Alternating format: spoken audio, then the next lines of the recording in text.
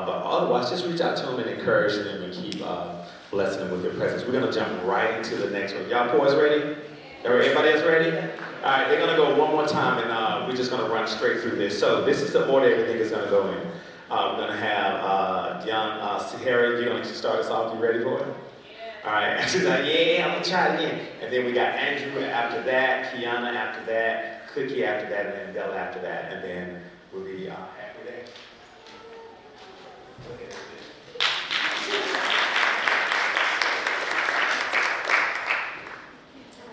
I'm not this tall. Oh, sorry.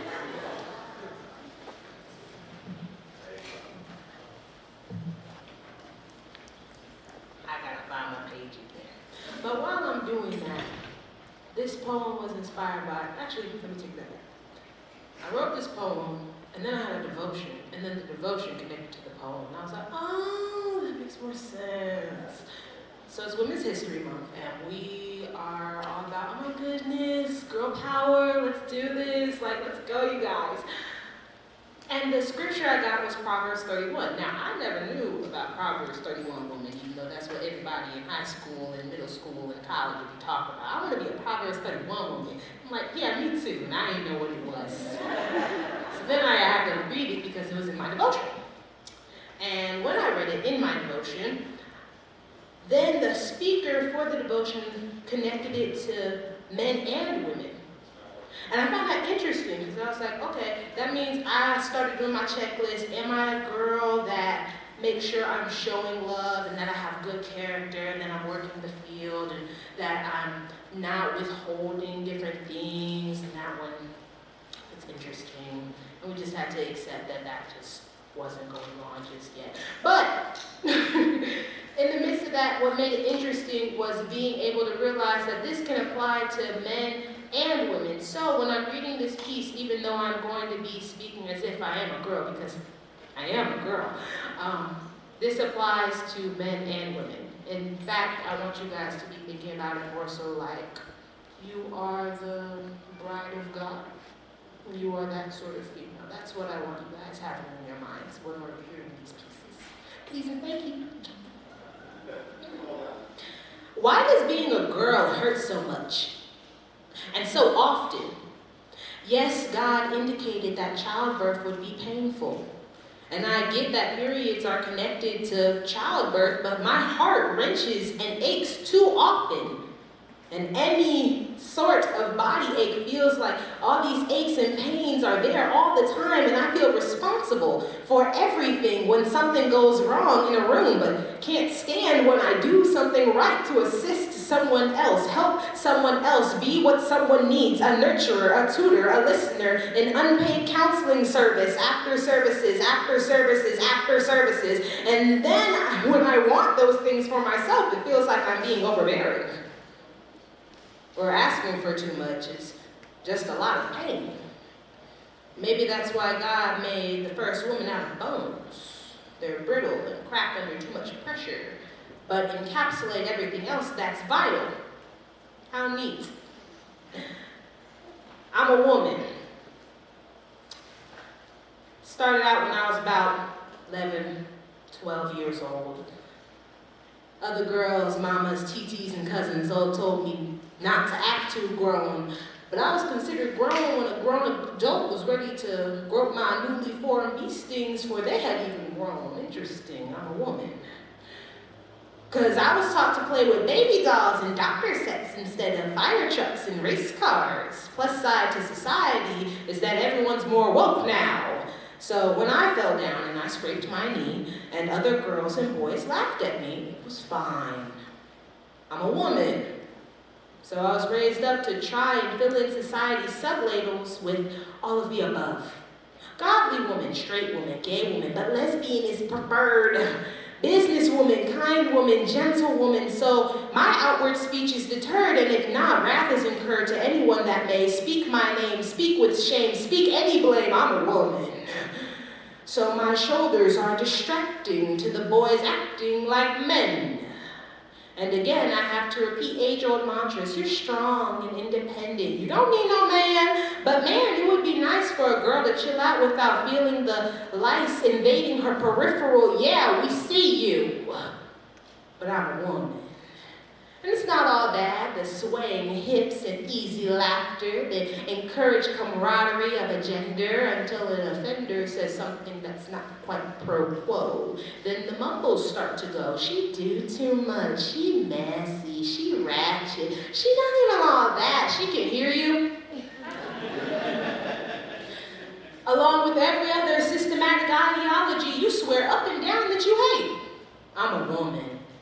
And it's exhausting fitting to every dichotomy. Society loves to shuffle up. I can be independent, but I want a man and kids. I can start a small business, but only the man makes sure it makes it live. I can get honor roll, full ride scholarships, Howard, Harvard, Yale, all hell queen bee. Mostly because she writes songs like she thought about me. Right, mostly because everything actually is pressing down on me. Silk presses and box braids, big chops and lock journeys, lock up emotions with lock and key, be key stakeholders to everyone else's emotions. Maybe I'm just talking to myself. I'm a woman. I'm new to the regime, but I'm here. After mommy, big sister, aunties, and cousins, I just got here, and I'm already exhausted. But it's okay, because I'm equipped for this.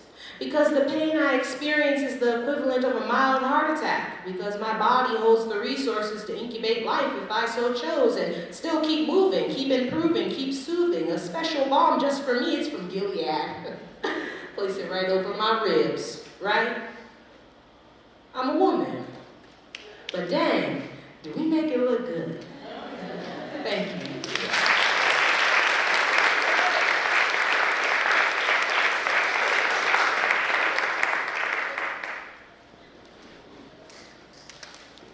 3 days dead, and it was quiet, as most dead things are. Life had ended, but the rest of it moved on. The birds chirped like they did before. The wind blew as it did yesterday and the day before. The sun was about to rise, as it always had, before and after Jesus dying. For all the hubbub around his life, it seemed like nothing had changed at all. The Romans still ruled, the Pharisees won, the disciples scattered again, and it seemed like another false Messiah. The guards had never protected such an easy prisoner. Stand guard in front of a giant secured rock and keep away anybody with a lever and a stretcher. Easy. Simple. Can finally go home tomorrow when his prophecy fails. Then the morning broke as usual, but something was unusual. Was someone laughing? A muffled grunt punched through the stone door as it crashed aside, cracking into chunks, shaking the earth and toppling the guards. Maybe he threw it a little too hard. His laughter filled the air. All the excitement in his reclaimed body was more than it could bear. He scraped the crunchiness from his eyes. The sting in his hands was not only from the rough-hewn rock. The holes hadn't had time to scar yet. The guards got up and ran at the sound and the shake and were outpaced by the leaping Savior as he ran his victory lap around the world. There were so many people to see, to tell, to have, and to hold forever. The barrier was broken. No longer did people have to look forward to him with sacrifices. No longer did they need to hope the priest was holy. No longer would people be trapped in the pits of despair because he conquered it all. He giggled as he ran, tears raining behind him as his reinflated body regained its strength. He'd live in it forever now. Such a frail thing. Revived, risen, come again, drops of blood falling from his hands, running down his feet, but it wouldn't kill him. That had been done, and it was done forever. Thomas would never believe this. If it wasn't for the scars. Mary and Martha would miss him, but he left Gabriel to let them know. The world was different now. Peace could come, true peace, deep peace, everlasting peace. He was the prince of it, after all.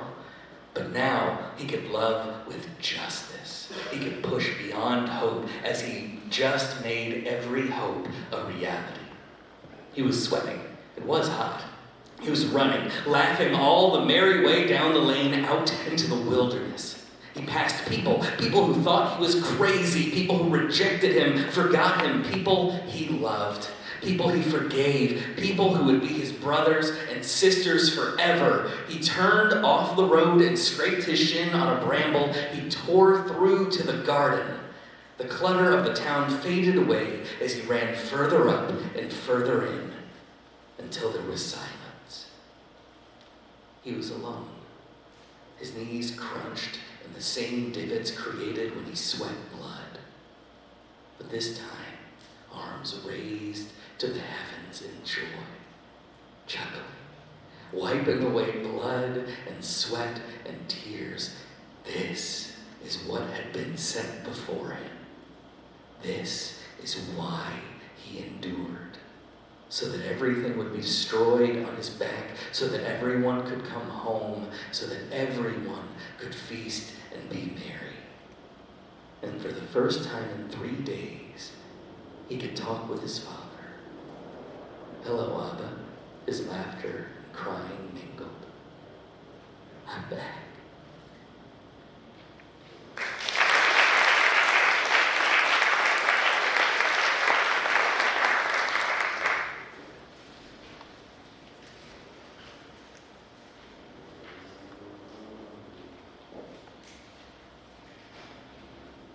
To the one having trouble saying they are worthy of good things, the one who second guesses every blessing this life brings, you see things of value and you turn your cheek, thinking something like that just isn't for me, because it's hard to accept it as something you can keep. It's hard for you to step into your greatness and be. You struggle with embracing good things for yourself, because life has convinced you you're no more than the cards you were dealt. I imagine the grains in the sand and think that's probably what it would be like if I held your heart in my hands, broken in pieces. You've been through experiences that detoured your believing. You've had some betrayals that broke parts of your being and painted the view of the life you'll be seeing. You're lacking trust, lacking belief that you'll ever have the strength to get up, lacking feeling that you're even deserving of much. Things turned out how you didn't expect. You showed out in what wasn't your best, and now you're operating at less than 100% because the parts of you that were broken have never been fixed. Things happen that are out of our control, and things result from us not having experience enough to know. But why do we discount the purpose of things based on our bad experiences, instead of recognizing how rips in the seams will cause us to feel things a bit different? Sweaters are created to make us warm. But if that sweater has a hole in it, that doesn't mean sweaters are not for cold seasons. It means you need a new one or should repair the one you got. It means that sweater is broken and there still exists one to make you hot. Because it's not the knife that cuts you, it's the person who used it. It's not the gun that shot you, it's the one who was shooting. The Bama's and churches do all types of abusing. We be connected to folks who help us with nothing but losing.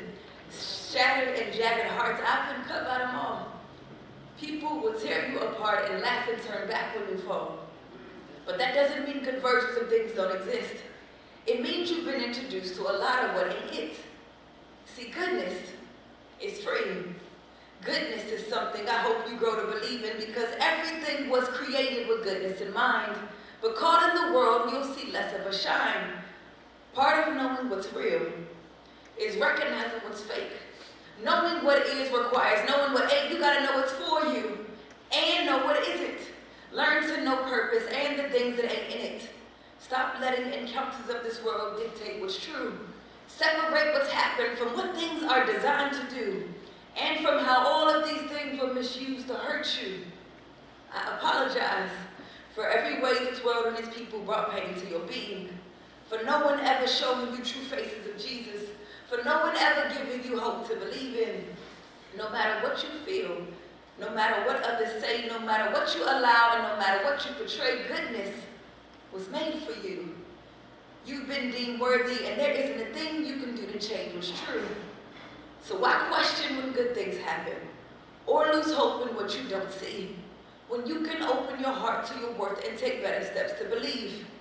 Take right now to align with the fact you're worthy of healthy relations, of people who don't diminish your hope in what's changing, of light and respect, of forgiveness and grace no matter what's left unchecked, not because you earned it, not because of entitled, I think I deserve it, but because God looks at you and says, this one is much more than worth it.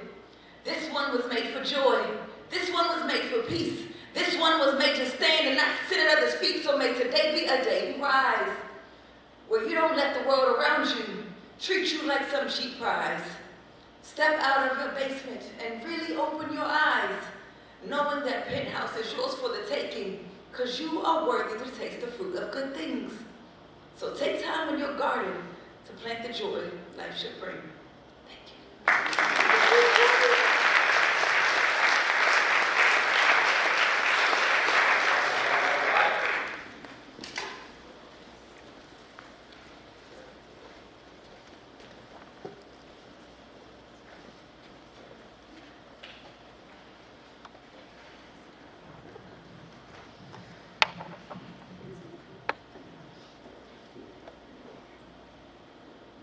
Journey, this road that's called journey as we take this long walk. This journey may seem long. Hey journey, which way to go? Hey journey, which way to tell? Hey journey, is there something up the road? Why do we have to take our things off? Hey journey, we walk by faith and not by sight. Oh journey, oh journey, oh journey, oh journey. It's a new start, a new destiny. This journey that's called life. Thank you.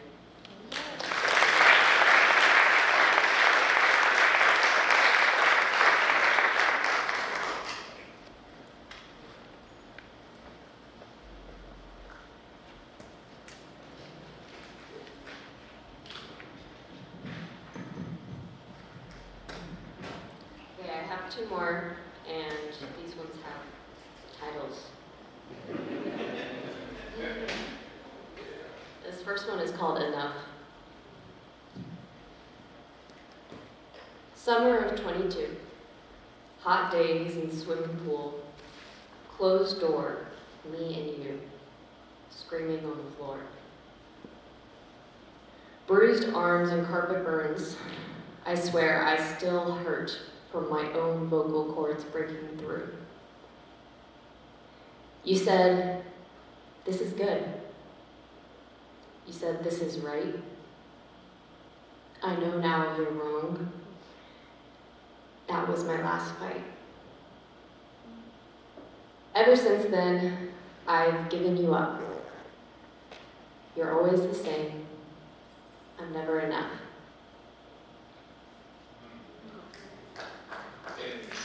Sorry, it doesn't happen. This one is False Spring. I shiver in the shadows while you're warm to a stranger. Is it worth the wager to expect a warm welcome? Did I bring the right sweater to handle your weather? Can I even control whether I freeze or fawn? If the only consistency is at dawn, the sun will rise, the birds will sing. But is it really spring if I know you will be cold to me?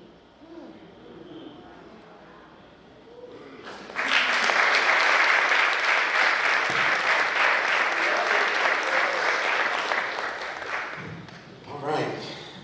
Is it really the spring if I know you'll be cold to me? All right. All right, so look, you guys still having a good time? Yeah, y'all know we started late, but we're still moving good. We had a good time, I promise you. It is not 11 o'clock yet, I promise you. You guys are good. That was really good. And I'm so, thank you, Bella, for that. And like I said, people like Bella, who, this is her first time doing something like this, and she's being transparent, like Sierra. Isn't she just the cutest little thing? She just, now we say that because she's young, because she's only like 20, right? Are you like 22? And so all of us are like way up in age. But she's like, hey, but she's right there packing power right along with everybody, so it's just really great. And then just all the other folks like Kiana jumping in there, and all these other just really seasoned poets, it's just fantastic. We're almost done, y'all. We got 6 more to go, and then we will be jumped in it back. We'll close it up with a song, and Pastor Tolliver will come and we'll be good to go. So this is the order it's going to go in. John Thacker, Juanisha Spencer, Robert Fields, Miss Lou, Krista Williams, Chris James, and then Jeanette is just going to close us out. You cool with that, Jeanette? Cool. Let's do it. Come on.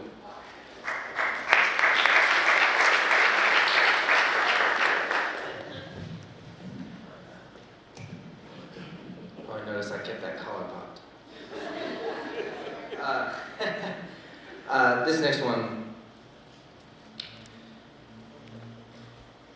I was going through a class, it was a grieving class. It's called Restoring Your Heart. I don't know if anyone's done it. It's a beautiful class, and at the end they have you write a letter. This letter became a poem, which, interestingly enough, will become a rap eventually, but right now it's a poem. I know, right? It's crazy. Who would have thought it? For real. But I was writing about my brother. Yeah, he passed away about 8 years ago. So this is for him, for y'all, for the Lord.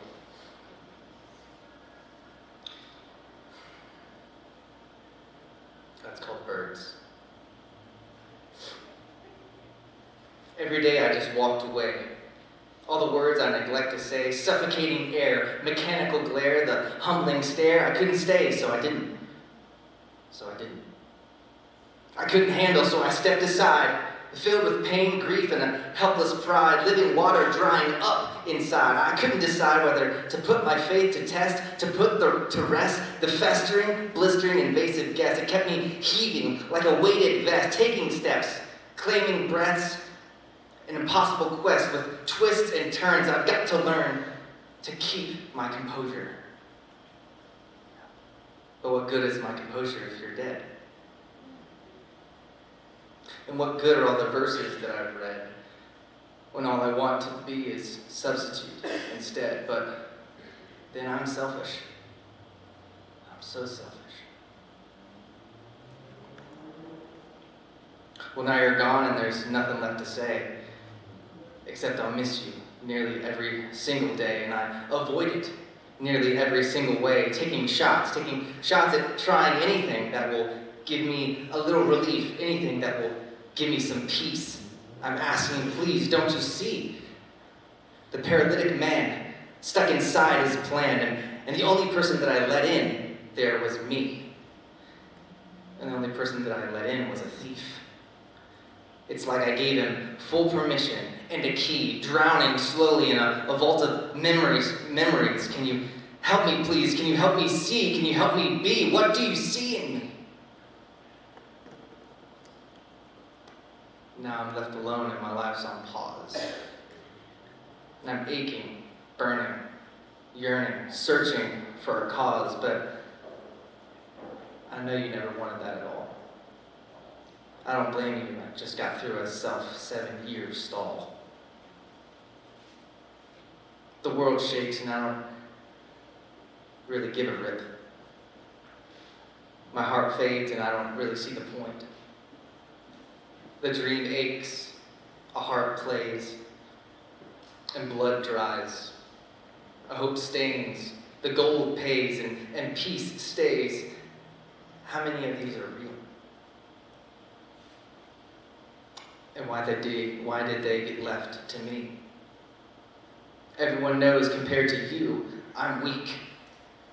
And all I can really do is dance and sing and dance and act and sing. It's even better in a team when we were secret spies in a family video, when we were faking fights and moving real slow, when we were tipped off to his blood sugar being low.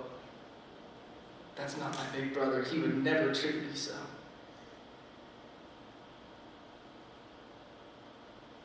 The bird flies in the skies, like I do. Know that when you cry, I'm beside you. And the evil one will try just to spite you.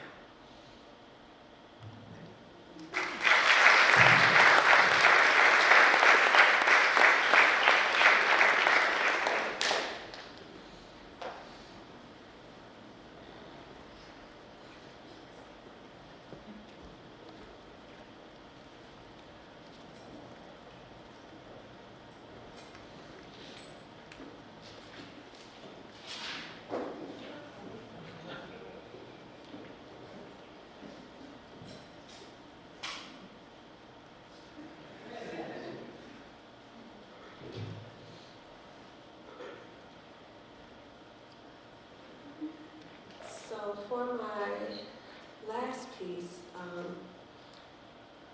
this comes from a place of observation, right?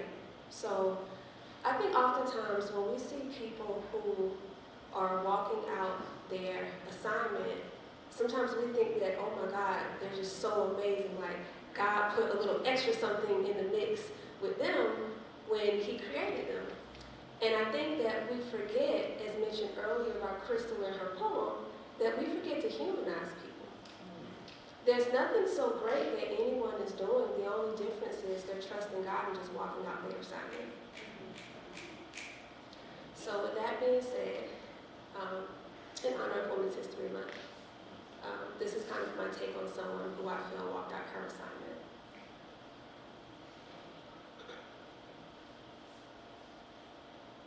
It only takes a spark to get a fire going, and soon all those around can warm up in His glowing. That's how it is with God's love. Once you've experienced it, you spread His love to everyone. You want to pass it on. I'll shout it from the mountaintops. I want the world to know the Lord of love has come to me. We're gonna pass it on.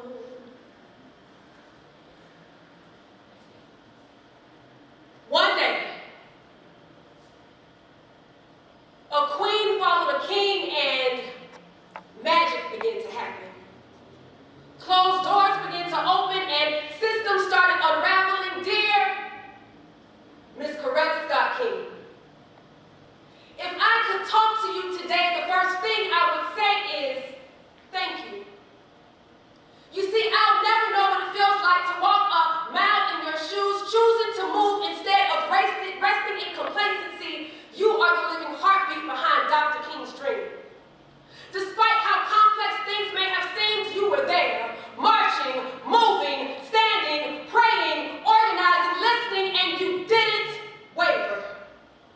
Your strength and tenacity was like no other. You were the first lady of a movement while still being a devoted wife and mother. Oh, Miss Coretta, the world was watching you. With hopeful hearts, they were watching you.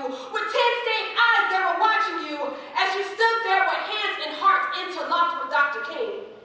You were a wife, an activist, and co-champion to a dream, and I'm sure sometimes your feet were tired. The mileage in your steps are more than some are willing to drive. You showed us how to push through adversity with elegance and thrive.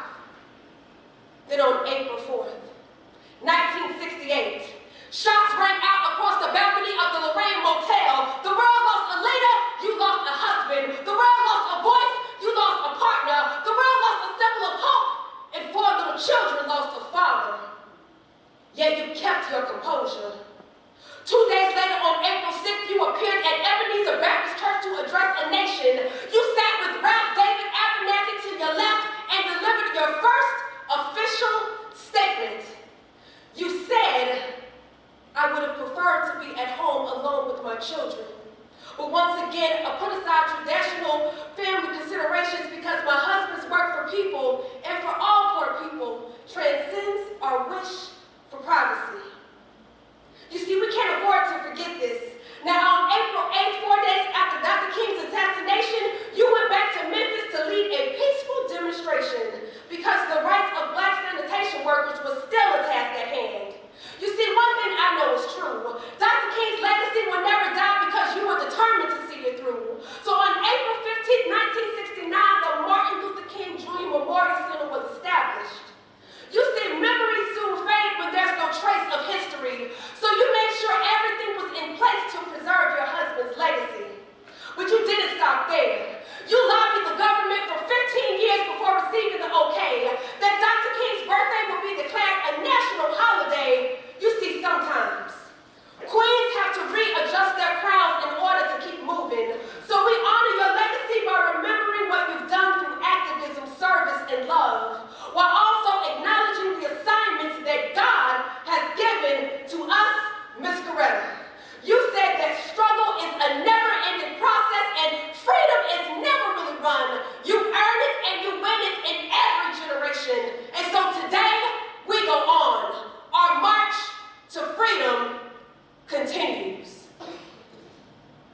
shouted from the mountaintops, I want the world to know the Lord of love has come to me.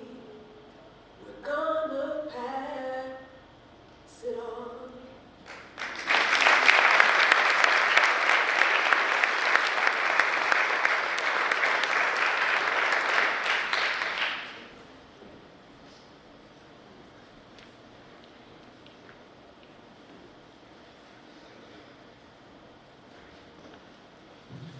All right. Everybody been taking it down, so I can bring it up some. All right. Ladies, I got one thing I have to say to you all, and this is very vital and very important. Y'all play a very important part in God's plan. Like, I know, a lot of times you go through a lot, and then y'all like, man, God, where's this love I keep hearing about? But yet I got people talking about me and all this and that, all these different storms that come through. But the thing about it is, God is like, I'm still here. I got my hands around you. Don't worry about what everybody say about you. I have my hands on you. So this piece is called Daddy's Little Girl. Although it may seem as if this world does not comprehend, neither do they understand this role that I have placed you in, for you are the gateway in which I have tunneled through my creations, filled with nationalities and denominations. To rule, to reign, having total dominion while spending countless hours creating and shaping you, my most precious gift. For you walk like me, you talk like me, and yet even act just like me, for your smile is as bright as the glory that surrounds me. That's why I have no problem with clothing you with the best that life has to offer abundantly. For you are the pearl that I've displayed before this world. You are Daddy's little girl. However, though, you are also by far my superstar, me being your biggest fan when others says that you can't. But now that I dwell in you, there's nothing that you can't do, for it is the very presence of you that demands the attention of every man. Who do you think you get your good looks from? You being on the forefront of my mind about 2,000 years ago while sending your big brother, my son.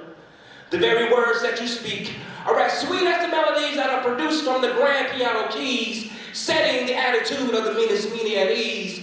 Besides, why is it that throughout all this drama in this world that has taken place, it seemed to have taken its toll on you, but at times you've tried to hide, wanting to stop running this race, but as the old song would say from back in the days, it's written all over your face. Your face. But wait, you do have to say a word, not just a word, but the spoken word that changes situations from nation to nation. You see, baby girl, it's a joy to see my word in action, bringing about your satisfaction, for successful is who I've called you. You who do what I do, desire what I desire. I am that friend that sits closer than any friend, even when your fellow employees are falsely accusing. It's in your corner that I choose to stand in and defend. On me you can depend. And just to think, at nighttime, you think I'm not there while you're sleeping. If only you knew about the 2-liter bottles of teardrops that I've collected from you weeping, just look around you. I've placed angels on every side of you, on the north, the south, the east, and the west, but they're there to serve you as a waiter to a restaurant, freshly dressed, ready to impress. Now, tell me, what father would not freely give his daughter the best? Valuing her cares as gold and precious jewels are to a pirate's treasure chest.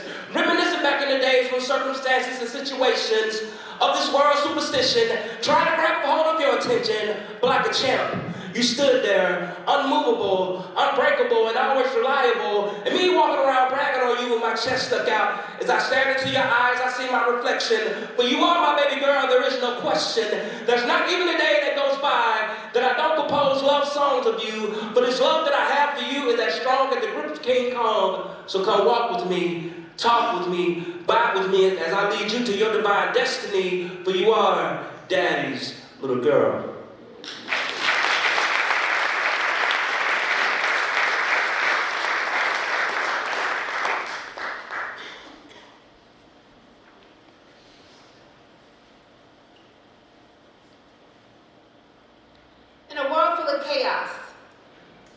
We need to be in tune with our Creator. See, time isn't slowing down like stalled hourglasses, so what are you waiting for? Who do you communicate with who helps you throughout your day? Who holds the key to your future and directs your path to the right way? See, I don't know about you, but God is the only being who I know, who illustrated my life from the beginning and who knows exactly how this thing is going to end.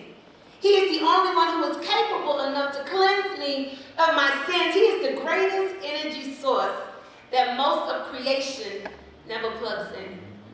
See, we treat him like a stranger when I'm telling you all he desires to do is to become our closest friend, wanting to dine with us and sit at our dinner table.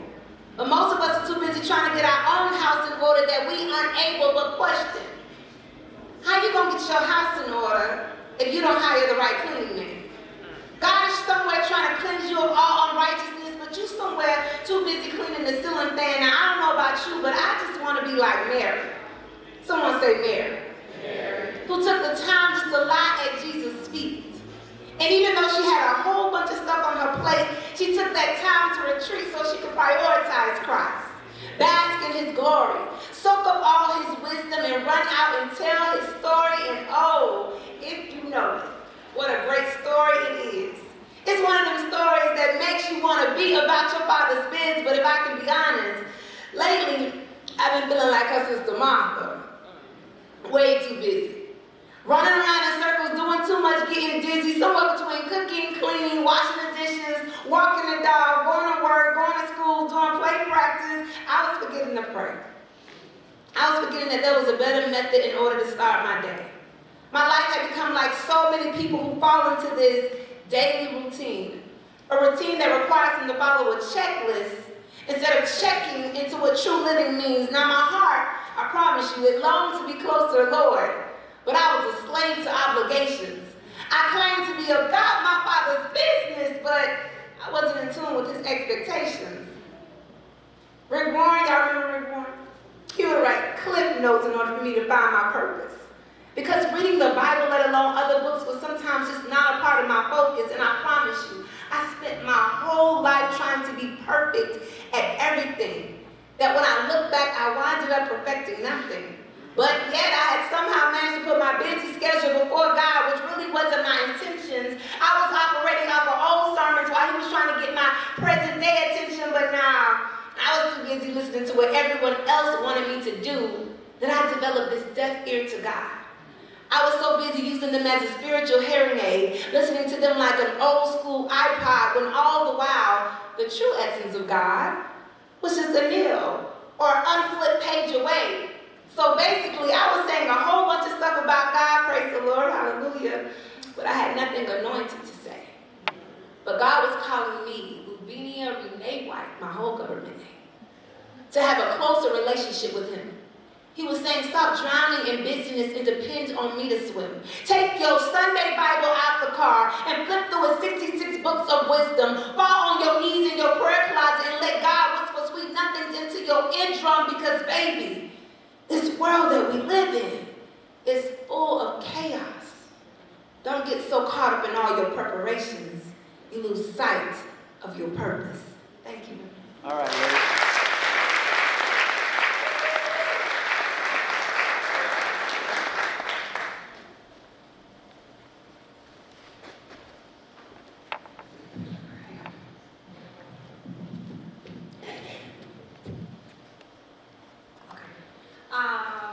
So this one requires audience participation.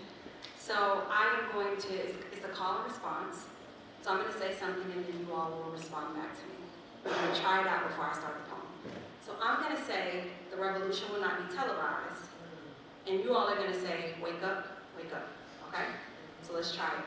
The revolution will not be televised. Wake up, wake up. The revolution will not be televised. Wake up, wake up. Perfect, thank you. And I didn't even tell y'all I was gonna point, so y'all in tune. All right. The revolution will not be televised. Wake up, wake up. The revolution will not be televised. Wake up, wake up. The revolution will not be televised. Wake up, wake up. Wake up, I got news for you. Shall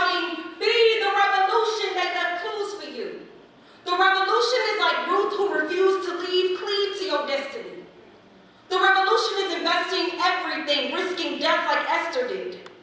The revolution will get the point across like Mary did, be it unto me. The revolution is strong enough to carry God in her womb.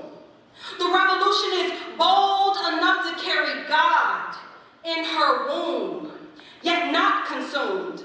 It was the Father's will. She walked in and Elizabeth's baby did cartwheels. The revolution speaks life and causes people's vision babies to do cartwheels. This purpose, this destiny will not be concealed. Stand up, speak loud. We will not be stigmatized. We stand for the revolution and it will not be televised. Wake up, wake up. The revolution will not be televised. Wake up, wake up. The revolution will not be televised. Wake up, wake up. Wake up. I'm screaming to myself, wake up. Decide which identity to take up, fake. Cover the truth. Make up a reason to break up with reality. Caged. Take a number. Get in line to join the slumber. Free passes. Stumble around till you fumble around and your life passes. Time is waiting on no one. How long to avoid seeing what has been in me this whole time? A sleeping giant, defiantly avoiding reality. So busy trying to keep my invisible shine up, I can't identify me in a lineup. I left half of me on the bathroom sink, the other half blotched out in pink, imitating what I think you think is my time up. It's a crime. DUI or DUFI, driving under false identity. It's me driving me with low visibility, driving fast, gas, crash into reality. This is no longer a dream. Things in the mirror are not as close as they seem. They say, God forbid you wake. The earth is waiting for sons and daughters to wake. The earth is quaking. Can you feel the quake? Identity crisis, Christ lookalikes parading around like mere men. Invisible shackles of mere sin. Wake up, those chains can't really hold you in. Wake up, you are stronger than they told you then. You are the giant, defy and win. Remove the mask he asked, I'm in. Never again returning to imitations and sin. My beauty erupts from within and floods every room I step in, so I step into everything that I'm created to be. I am sufficient. God signed off on me. I scream, wake to all the genius in me. The world waits for all this brilliance from me, so I see, but I refuse to take the backseat of some fake version of me. So the revolution will not be televised. Wake up, wake up. Sorry, I can't hide from the extravagance of the true me. I am handcrafted, majestically and intentionally. You can call me your majesty, because I'm practically royalty. My daddy's royal, see, and it shows. Oh, you don't see? That's because your eyes are closed. Now you wake up and see your true identity. So together we can rise and defy gravity. So wake up, I got news for you. Shouting, be the revolution, they left clues for you. The revolution is like Ruth who refused to leave, cleave to your destiny. The revolution is investing everything, risking death like Esther did. The revolution will get the point across like Mary did, be it unto me. The revolution is strong enough to carry God in her womb. The revolution is bold enough to carry God in her womb, yet not consumed. It was the Father's will. She walked in and Elizabeth's baby did cartwheels. The revolution speaks life and causes people's vision babies to do cartwheels. This purpose, this destiny will not be concealed. Stand up, speak loud. We will not be stigmatized. We stand for the revolution and it will not be televised. Wake up, wake up. The revolution will not be televised. Wake up, wake The up. revolution will not be televised. Wake up, wake up. Wake up.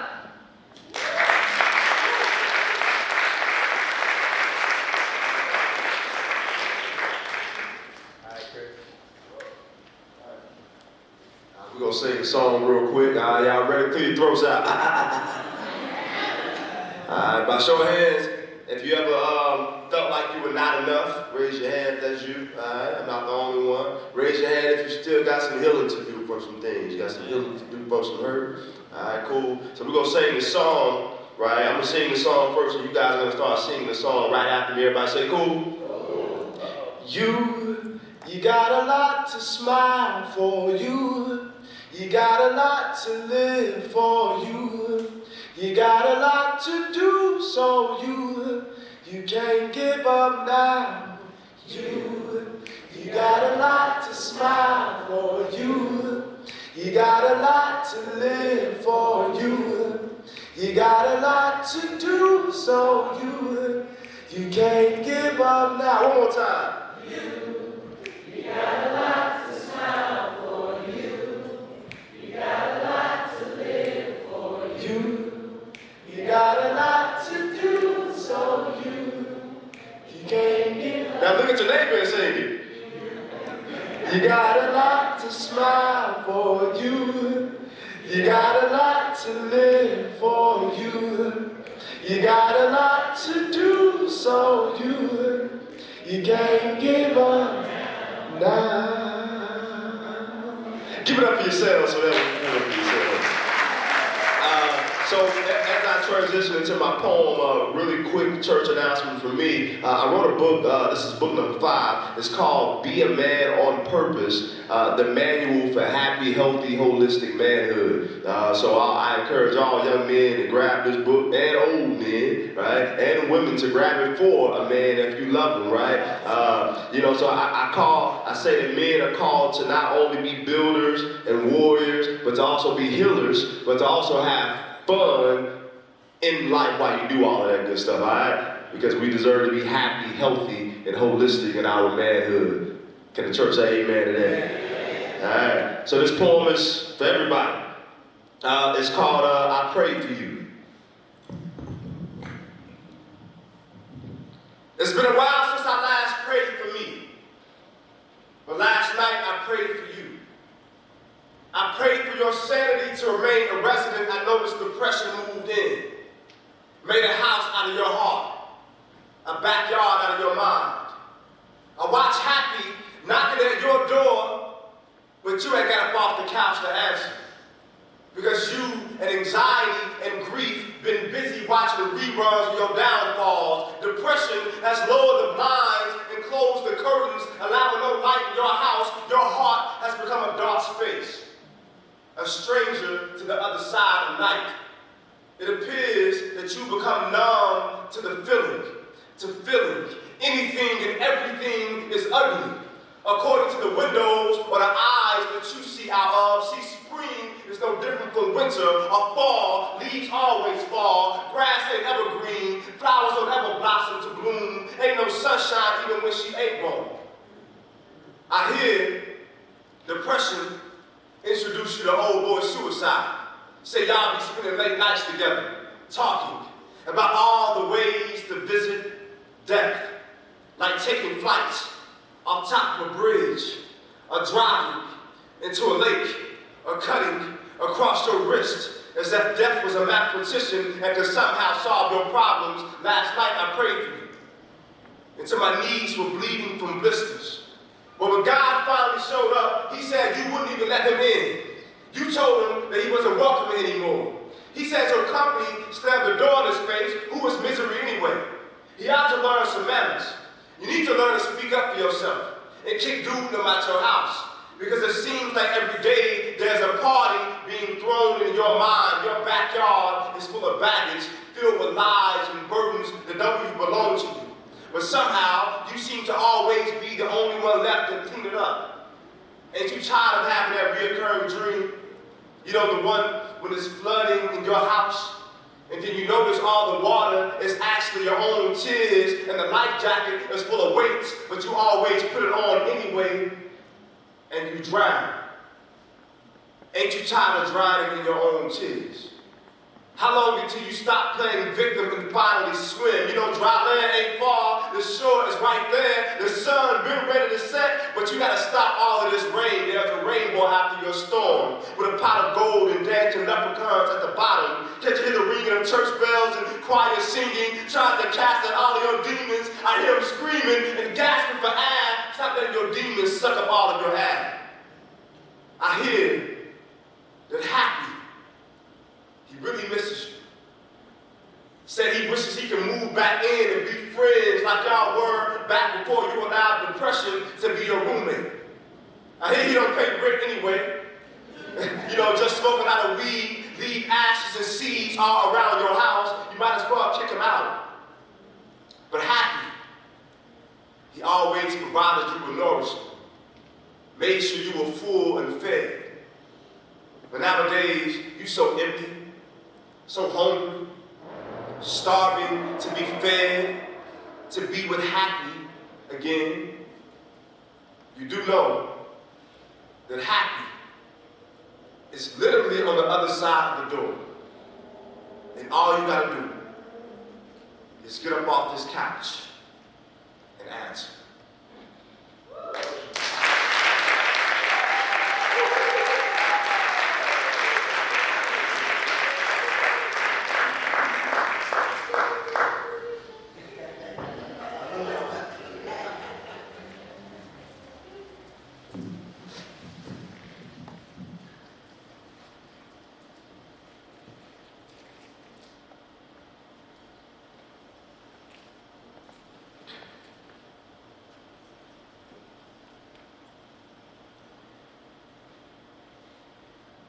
I've heard it said that when you hit rock bottom, there's nowhere to go but up. And that rock bottom is one of the greatest things that could ever happen to you because it forces you to rebuild yourself stronger than ever before. Oh, and that rock bottom is a solid foundation on which to build. However, that has not been my experience. I want you to know that there's the bottom, and then there's rock bottom. And then there's a special reserved place that some of us have discovered, and there is where you realize that rock bottom has a bottom. This poem is for those who hit rock bottom and still went under.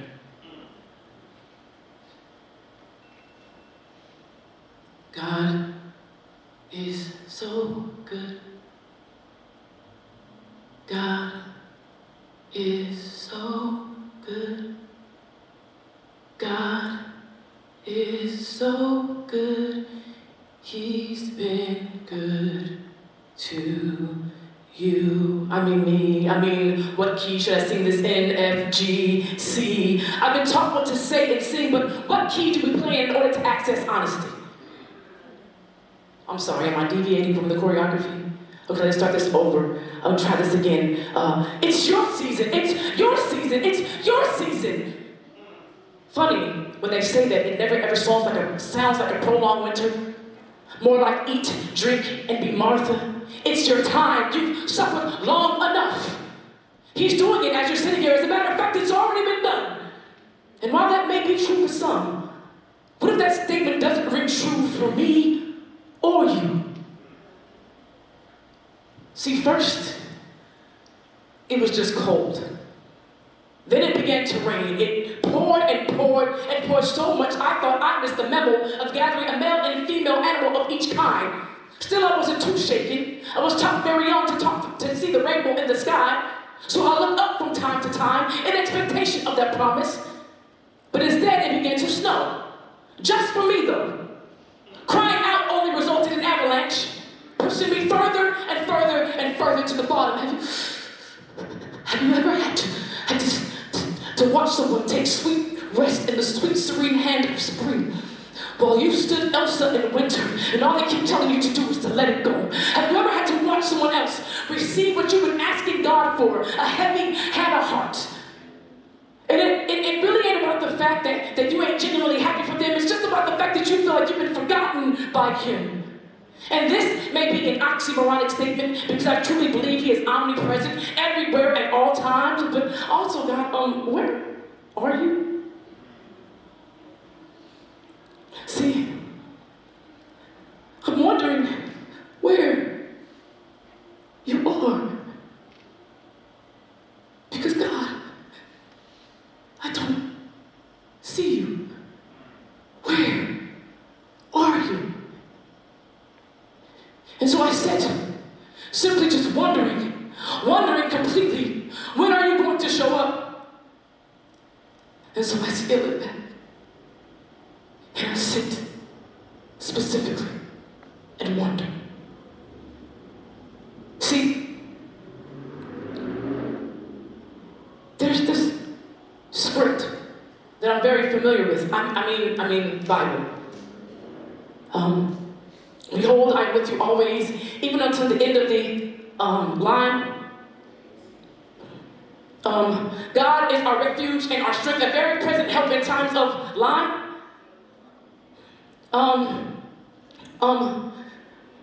Yea, though I walk through the valley of the shadow of death, I will fear no evil, for you are line.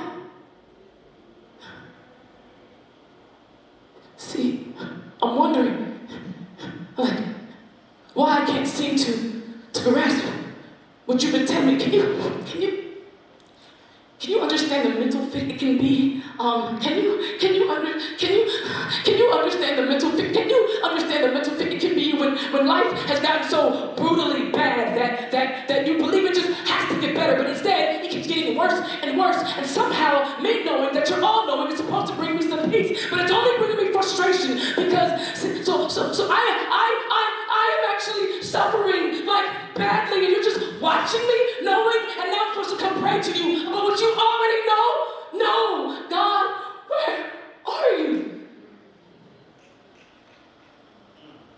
At the bottom,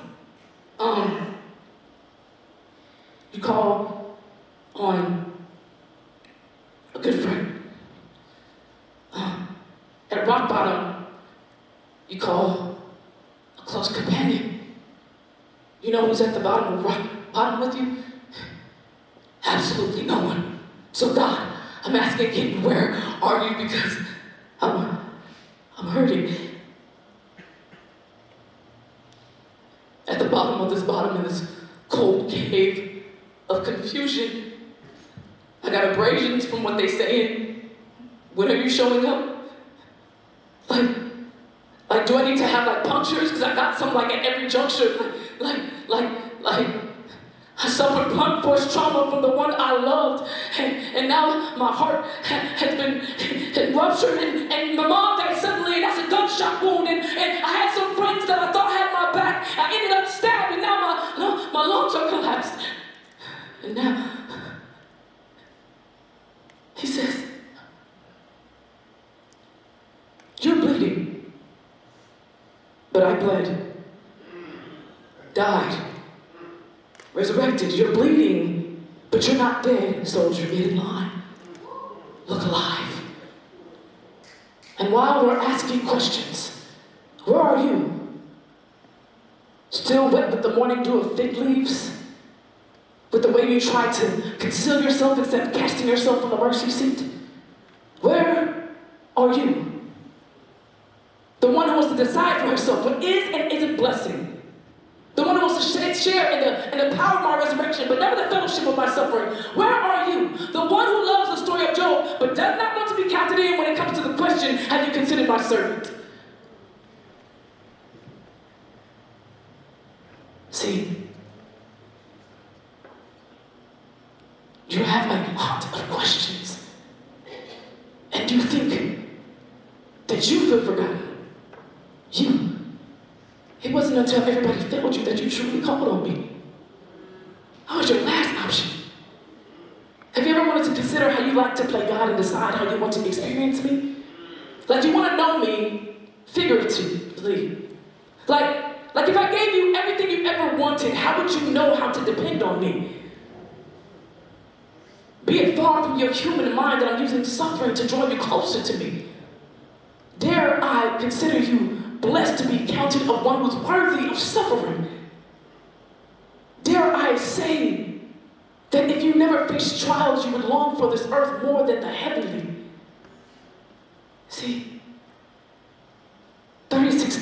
when Job questioned me. My answer is still the same. Where were you when I laid the foundation of everything? So like Job, I confess. I repent. Lord, I know that you can do all things, even while it's still dark, even though I'm still in pain. I have hope so I don't have to suffer the same way.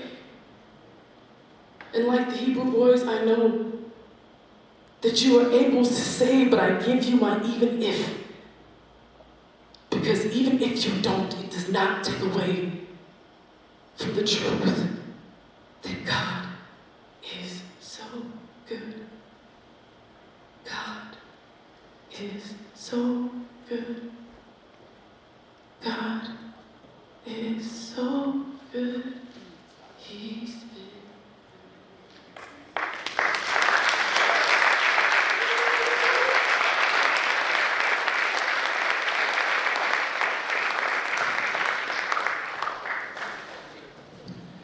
No, I'm not the next pope.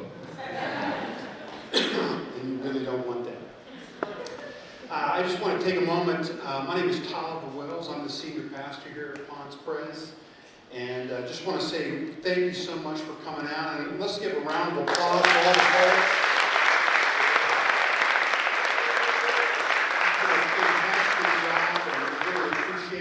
It amazes me every time that we host one of these, the different tenor, the different tone, the different emphasis that comes out from the different artists. So it's a pleasure to see them use their gifts and to glorify God.